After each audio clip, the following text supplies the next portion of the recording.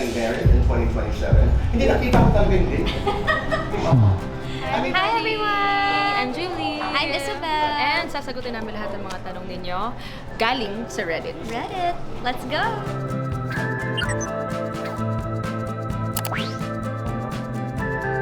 Oh my God, thank you so much at pag-usapan na natin to kasi ang tagal-tagal nang tinatanong ng mga tao to.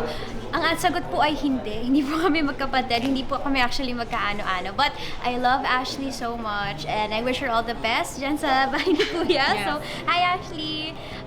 And para na lang din po masabay, pati rin po kami ni Jay Ortega, hindi rin po kami magkapatid or magkamag-anak. Of course. I mean, why not? It's something that I also want to consider. Hindi lang talaga nag-match yung oras. But definitely, I really want to try musicals one day, hopefully, if things work out. I've been writing some songs. Hopefully, ma-release siya this year. Inaayos. For the concert, there are plans sana mag-push through.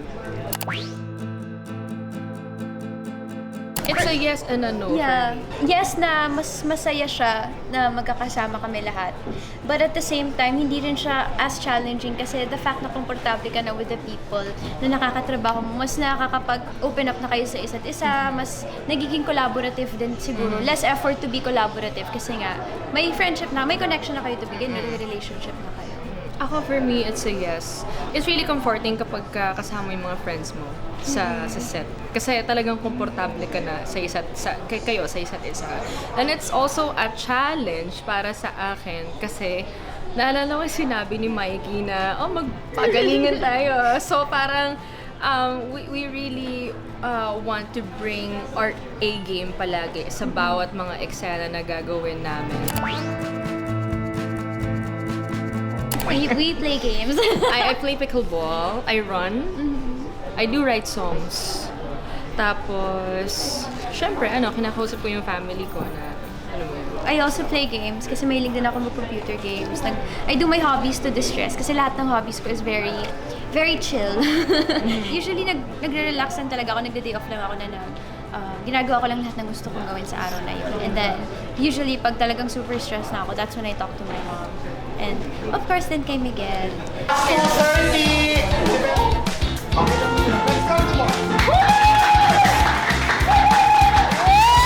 Please welcome Julianne and Isabel.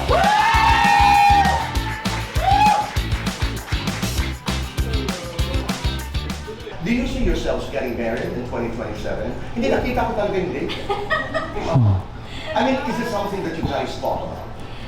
It's something we talk about, pero feeling ko hindi pa po sa Hindi pa sa okay. But definitely, it's Tingnan something natin. we're talking about. Kung tama si Isabel o yung aking pakiramdam.